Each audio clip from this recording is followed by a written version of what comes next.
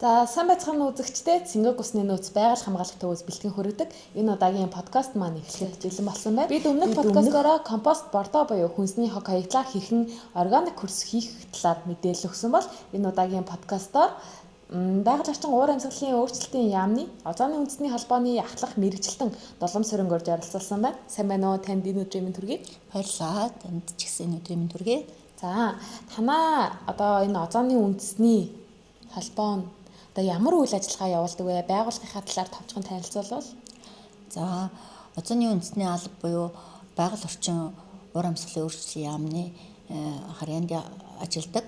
За озоны үндэсний алба маань дэлхийн 147 оронд бол озоны үндэсний алба гэдэг бол нэгдсэн үндэсний байгууллага байгаль орчны хөтөлбөрийн олон талдсан озоны нарийн бичгийн дарааны газраас байгуулсан байдаг. За энэ озоны үндэсний алба бол Монреалийн протокол болон одоо озоны үе давхрыг задалдаг Венийн конвенцийг хэрэгжүүлэхэд засгийн газруудаа тусалдаг юм үндэсний алба гэж явдаг байгаа. Тэгэхээр ер нь хүмүүс одоо сүүлийн үед одоо сүүлийн жилүүдэд ялангуяа озоны давхраг нэмэгдэж байна, озон цаарч ингээд маш их ярих болсон байна. Энэ озон гэж ер нь яг юу вэ? За озон маань дэлхийн агаар мандалд оршдог О3 буюу озоны 3 молекулээс тогтсон хий. За дэлхийн гадаргаас дэлхийн агаар мандалд одоо 15-аас 35 км-ийн зайд бол хамгийн одоо их агуулмжтай озоны давхраг байдаг. За озоны давхраг бол хүн амьтныг одоо нарны хэд хягаан туяанаас хамгаалах бамбаа болж өгдөг ийм ач тустай давхраг. Бидэнд яг одоо тэгээ дэлхий дээр амьдарч байгаа одоо 8 тэрбум хүнд яг ямар хэрэгтэй вэ? За түрүүн сайн нэмний хэлсэнчлэн дэлхий дээр ирж байгаа нарны хит ягаан туяанаас одоо дэлхийн хүн амьтныг хамгаалж байгаа давхраг. За 200-аас 300 нанометр нарны хит ягаан туяаг бол дунд түвшний нэг хит ягаан туяаг дэлхийн газар дээр хүрэхээс хамгаалж одоо дэлхий дээр байгаа амьд амьтан амьтныг хамгаалж байгаа юм давхраг. Хэрвээ озоны давхраг ингээд нэмэгрээд одоо биднийг тэгж хамгаалахад болчвол яг дэлхий дээр яг юу болох вэ? За дэлхий дээр одоо нэгт ягаан туяаны нөлөөгөөр дэлхий дээр одоо дэлхий устж үгүй болох сэтгэл төрөн. За ялангуяа нарны хит ягаан туяа чи өөрөө одоо нийтлэг эдлэл мод эдлэл металл эдлэл хунцар эдлэл бүгдийг одоо устж үгүй болох тийм хүн устж байгаа дэлхий дээрх амьд амьтан байгаль буцаж үгүй болох ийм аюулт зүйл. Тэгвэл сүүлийн үед ер нь озоны нүх, озон цоорчин гэж яригадаад байгаа. Тэгээд эндээс озоныг одоо энэ озоны давхаргыг цоорхоос озоны нүх үүсгээс хэрхэн сэргийлэх вэ? Ер нь одоо нэгэнд цоороод эхэлсэн байгаа. Энийг зогсоох бас арга. Эсвэл бүр дахин нөхөн төлжүүлж битүү болгох арга. За озоны давхраг маань өөрөө уг нь бол байглаасаа нөхөн төлжих чадвартай. Гэвч хүний үйл ажиллагааны одоо дүнд бий болсон CFC буюу HCFC гэх мэтчлэн озон задалдаг энэ холоор агуулсан химийн бодисоос болоод одоо өөрийн нөхөн төлжих чадвараа алддаг. За энэ бодис маань юунд ашиглагддаг вэ гэхээр бидний өдөр тутамд ашигладаг тэр ахын хөргөгч, хөлдөөгч, за хөргөлтийн одоо хөргөлтөд агуулах, агааржуулалтын тоног төхөөрөмж гэх мэтчлэн ийм хөргөх үйл ажиллагаа явуулж байгаа ийм тоног төхөөрөмжөнд бол ашиглагддаг. За тийм учраас энд ашиглагдж байгаа энэ озон задалдаг бодисыг агаарт алдахгүйгээр засвар үйлчилгээ хийх ёстой. Хийвэл одоо агаарт мандалд алдагдж байгаа энэ озоны давхраг цоолдог нөгөө холоор агуулсан бодисуудын маань алдагдал буурна. Тэрний үндсэн дээр нөгөө өөрийн нөхөнд төлдөх чадварлаа хүрэх юм бол озоны давхраг одоо нөхөн төлчих боломжтой гэж үздэг. Монреалийн протоколын хүрээнд бол озоны давхаргыг цоолоход одоо үнэртэй ус эсвэл нөгөө дезодорант гэж яриад байдаг. Тэднийг бас ер нь бол цоорох бас нэг хүчин зүйлүүдний нэг болдог гэсэн тэр ер нь үнэн үү? За ерөнхийдөө бол дөрөвний хэлсэнчлэн 2010 оны хүртэл хэрэглэж байсан CFC буюу хлор ботор нүрс төрөгч төрлийн озон задалдаг бодис бол энэ дезодорант буюу энэ үнэртүүлэгчэнд ашигладаг байсан. Одоо бол CFC free буюу одоо тийм бодисыг ашиглахаа болсон байгаа. Тийм. За ер нь жил бүрийн 9-р сарын 16-ны өдрийг дэлхийн озоны өдөр гэж тэмдэглэдэг. Одоо энэ өдрийг хизээнээс эхэлж тэмдэглэхээр болсон бэ? Одоо тэмдэглэх болсон учир шалтгаан нь юу вэ?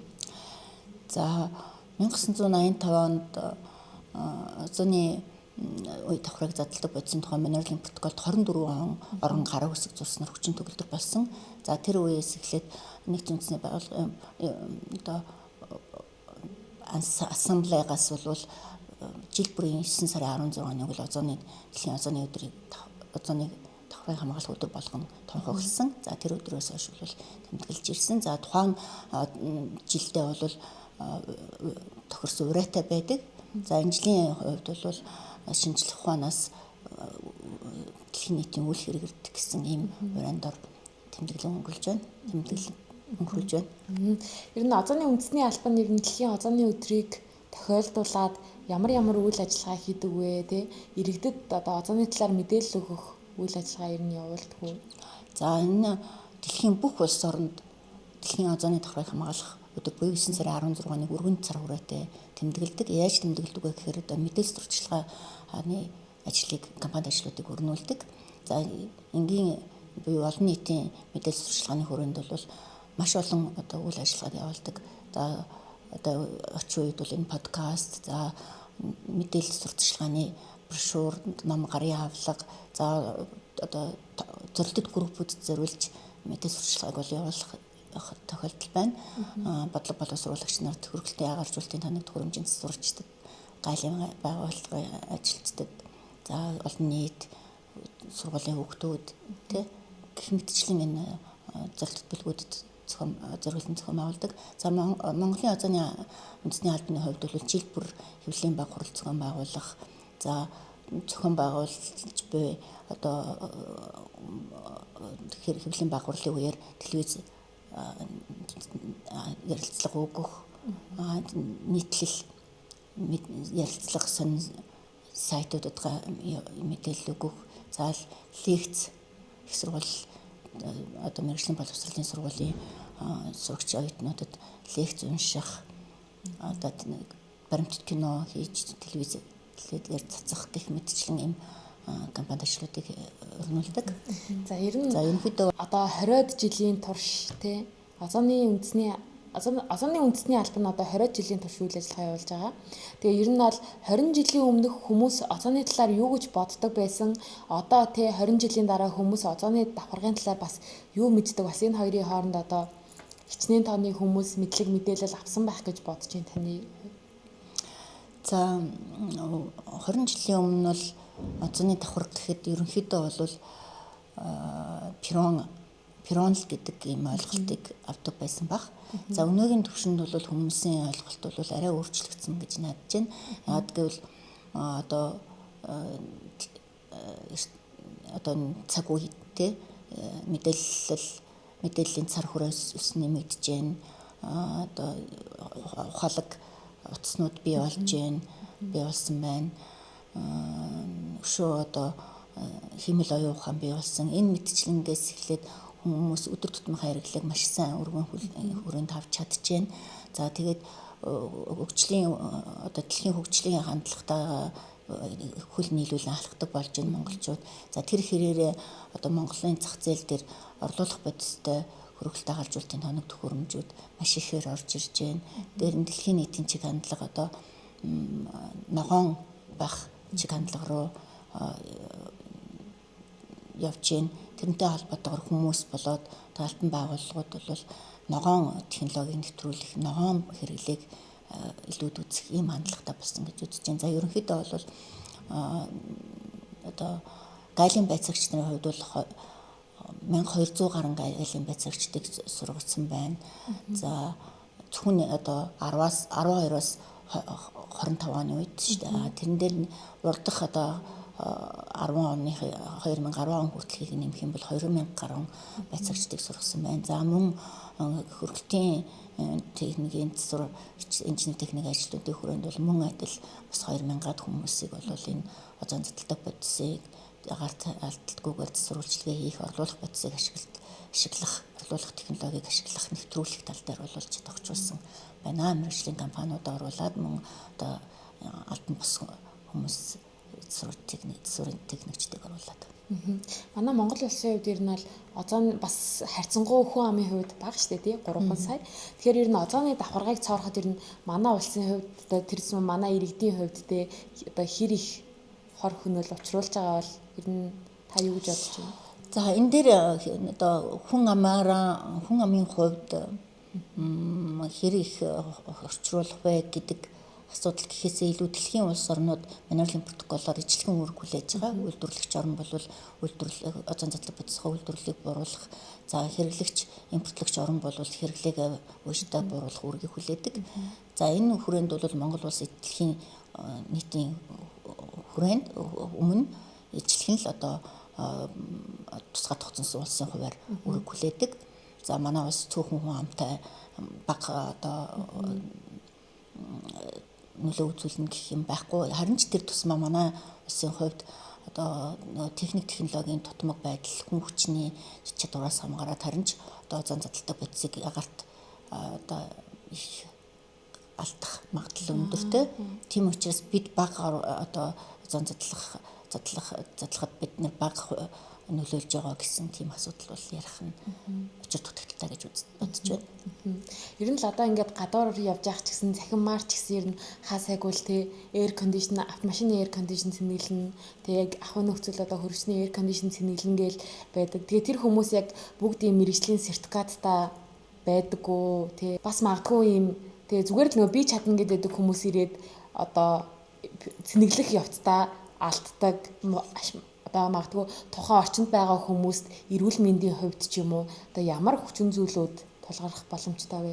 За ерөнхийдөө бол яг өөрөө ч асуудал маш зөв асуулт байна. Одоо гадуур явж байхад ингээд ялангуяа автомашиныг ингээд нэг юм жижигхэн одоо лаацтай бодис 1 манометртэй ингээд хүмүүс аягүй их цэнэглүүлж яадаг. Тэр бол маш буруу. Яг гэвэл энэ нэгдүгээр байгаль орчныг хамгаалах буюу озоны давхрыг хамгаалах талаасаа тэр ашиглаж байгаа хөрөх бодисыг бол агаар мандалд шууд алдчихж байгаа тэр хүмүүс.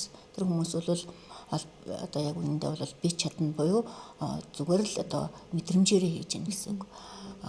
Тэр мэдрэмжээр хийлгэснээр нэгдүгээрт одоо байгаль орчин озоны давхрагт нөлөөлөхөөс гадна тухайн хүний унаж хөрөнгө болох машинд нь өөрийнх нь одоо машинд нь бол зарим тохиолдолд буруу бодис ор цэнэглэснээс болж эвдрэл хэмтэл үүсгдэг. Хоёрдугаар тэр хүн эдийн засгаараа мөнгө сан хөвгөөрөө хохирдог. За тэгээд энд чинь бол яг үннийг хэлэхэд бол тэр би чадна гэдэг хүмүүсээ цэнэглүүлснээр энд хэрэглэгчийн эрх ашиг хөндөгдөж байна гэсэн үг. Яагаад гэвэл тэр хүн тухайн нөхцөл байдал зөвхөн тэр мөнгө олох сонирхлоор тэр одоо буруу аргаар мэргэжлийн бус хийснээс болоод дундаа 3 удаа машинаа цэнэглүүлж байгаа тохиолдол хүртэл гарч байна. Тэгэхээр энэ бол өөрөө буцаад тэр дэлхийн одоо юунд машины кондишныг цэнэглэж байгаа энэ Air 134A гэдэг бодис маань өөрөө хичнээн озон задлдаггүй ч гэсэн дэлхийн дулаард нөлөөтэй хөлөмжийн хий байгаа. Тийм учраас тэр бол дэлхийн дулаард бол маш их нөлөөлж байна гэсэн үг. Ерөнхийдөө Монгол улсын хувьд бол Air 134A гэдэг бодис бол хамгийн өндөр хэрэглээтэй бодисонд ордог. За ерөнхийдөө бол энэ яагаад энэ Монреалийн протокол уур амьсгалтай холбогдоод дэлхийн дулаалтай холбогдоод байдаг вэ гэхээр энэ хэрэглэж байгаа энэ бодисууд төрөх бодисууд маань өөрөө озон задлах чадвартай озоны давхаргт нөлөөлдгөөс гадна дэлхийн дулаард нөлөөлөх чадвар буюу дэлхийг энэ дулаард нөлөөлөх чадвараараа одоо хөлөмжийн үүсгэж дэлхийн дулаард нөлөөлж байгаа. Тэр нь ингээд уур амьсгалын өөрчлөлт нөлөөлж байгаа гэсэн ийм гинжин холбоотой байдаг. Тэгэхээр ер нь бол тэгээ найдвартай сургалтанд суусан тийм газраар эйр кондишнер цэнэглүүлж авах шаардлагатай. Тэр нь одоо өөрийнх нь санхүү тэ эрүүл мэндэд болон байгаль эхлэл хийх чухал байх нь тийм. За ерөнхийдөө бол Монгол улсад гидро холбоотой нүүрс төрөгчийг ууштай бурлах хөтөлбөрийн хүрээнд одоо хөргөлтийн техникч, хөргөлт тоног төхөөрөмжийн техникч агаржуулалтын тоног төхөөрөмжийн техникч гэсэн энэ хоёр мэргэжил дээр бол ажил мэргэжлийн стандартыг бол хөдөлмөрийн тухай хуулийн зохицуулалтанд нийцүүлж боловсруулсан байгаа. Түүндээ үндэслээд мэргэжлийн боловсруулалтын техникийн боловсруулалтын сургалтын хөтөлбөр, за богино хугацааны бүрийн мэргэжлийн сургалтын хөтөлбөрийг бол боловсруулсан. За ингээд одоо Монголын хөргөл талаалт агаржуулалтын холбооны доор бол сургалтын төв байгуулаад тэрүүгээр одоо энэ хөргөлтийн техникч, засварчин техникчдийг бол сургах, гэрчлэгээжүүлэх ажлыг бол зохион байгуулж байна. За тэгээд энэ мэргэжлийн хүмүүс одоо өмнөх мэдлэг ур чадварыг үнэлэх үнэлгээнд хамрагдаад одоо мэргэжлийн буюу чадамжийн гэрчлэгээтэй болж болно. Хэрвээ албан бусаар одоо амьдралынхаа хүчнээс сурсан, сургуульд сурж албан ёсоор одоо хөргөлтийн техникч гэсэн мэргэжлийг эзэмшээгүй болбол ийм өмнөх мэдлэг ур чадварыг үнэлэх үнэлгээнд ороод өөрийн гэсэн ийм QR кодтой чадамжийн гэрчлэгээтэй болох боломжтой. Тэгэх юм бол одоо ажил мэргэжлийн үүднээс хийх ийм боломжтой болсон байгаа. За тэгэхээр ер нь одоо сүүлийн үед одоо угаасаа озон тэгээ уур амьсгалын өөрчлөлт хоёр бол ингээд хүн болгоны бараг ярьдаг сэдв болчихлоо. Угаасаа ярихаас ч өөр аргагүй байна л да. Тэгэхээр энэ уур амьсгалын өөрчлөлттэй холбоотойгоор ирээдүйд одоо бид нар одоо залуу хүмүүс болон хүүхдүүд, ялангуяа бага насны хүүхдүүд ер нь юуг хийвэл уур амьсгалын өөрчлөлтөөс одоо бүр зогсоож чадахгүй юм аа гэхэд ингээд хувь нэмрээ оруулах вэ? Зогсоож чадахгүй байлаа гэж бодоход. За озоны давхаргыг хамгаалах, за уур амьсгалын өөрчлөлтийг саруулахад бол хоёулаа олон улсын конвенцээр бол дэлхийн улс орнууд үйл ажиллагаа явуулж олон улсын хууль хэрэгжиж байна. За энэ дээр энгийн иргэн болоод хүүхд залуучуудын хувьд ямар үйл ажиллагаагаар хувь нэмэр оруулж болох вэ гэхээр зэрэг энэ хөргөлт агаржуулалтын тоног төхөөрөмжийг сонгохдоо озон задалдаг бодисгүй дэлхийн дулаард нөлөөлөх чадвар багатай озон уур амьсгалт хоёуланд нь ээлтэй ийм бодисыг сонгох. За тэгээд засвар үйлчилгээ ямар нэгэн байдлаар гэртээ байгаа хөргөгч, хөлдөөгч, air conditioner эвдэрсэн за унжоо машиныхаа агаржуулагч нь ажиллахгүй бол мэргэжлийн компани, мэргэжлийн одоо техникчд хандаж засуулах би чадна буюу одоо мэргэжлийн бус хүмүүсээр засуулж байгаль орчинд буюу уур амьсгал озонд нөлөөлөхгүйгээр өөрийнхөө эдийн засаг мөнгө санхүүд хэмнэлттэйгээр мэргэжлийн компанийг сонгох ийм энгийн үйлдэлээс эхэлж болно. За баярлалаа. Ер нь тэгээд энэ удаагийн подкастаараа ер нь бол озон болон озоны давхаргад одоо яг юу нөлөөлдөг, цоорхот нь одоо ямар бодисууд нөлөөлдөг талаар ер нь үзэгчтэй, сонсогчтой тодорхой мэдээлэл өгсөн баг. Тэгээд ингээ манай урилгыг хүлээж аваад одоо мэдээлэл өгсөн танд маш их баярлалаа. За баярлалаа. Өнөөдөр та бүхнийг урьж энэ сайхан мэдээллийг хүргэж байгаа та бүхэнд ч бас баярлалаа. Тэгээд танд бас дэлхийн озоны өдрийн мэндийг хүргэе. Баярлалаа. Та бүхэнд ч гэсэн одоо дэлхийн озоны давхрыг хамгаалах өдрийн мэнд хүргэе. Бид бол одоо озоны давхрыг хамгаалах өдрөөрөө бол мэдээлэл сурчлагаа өрнүүлэх одоо маш их олон ажлыг амжуулж тэмдэглэдэг. За сонсогчдоо ингээд дэлхийн озоныг хамгаалах өдрийн мэнд хүргэе. Ингээд дэлхийн озоныг хамгаалахын тулд одоо юу хийх ёстой, одоо юуг хийвэл магадгүй дэлхийн озон маань өөрөө нөхөгдөж болох талаар ярилцлаа. Ингээд илүү дэлгэрэнгүй мэдээлэл авахыг хүсвэл доор комент үлдээгээрэй. Баярлалаа. Баяртай.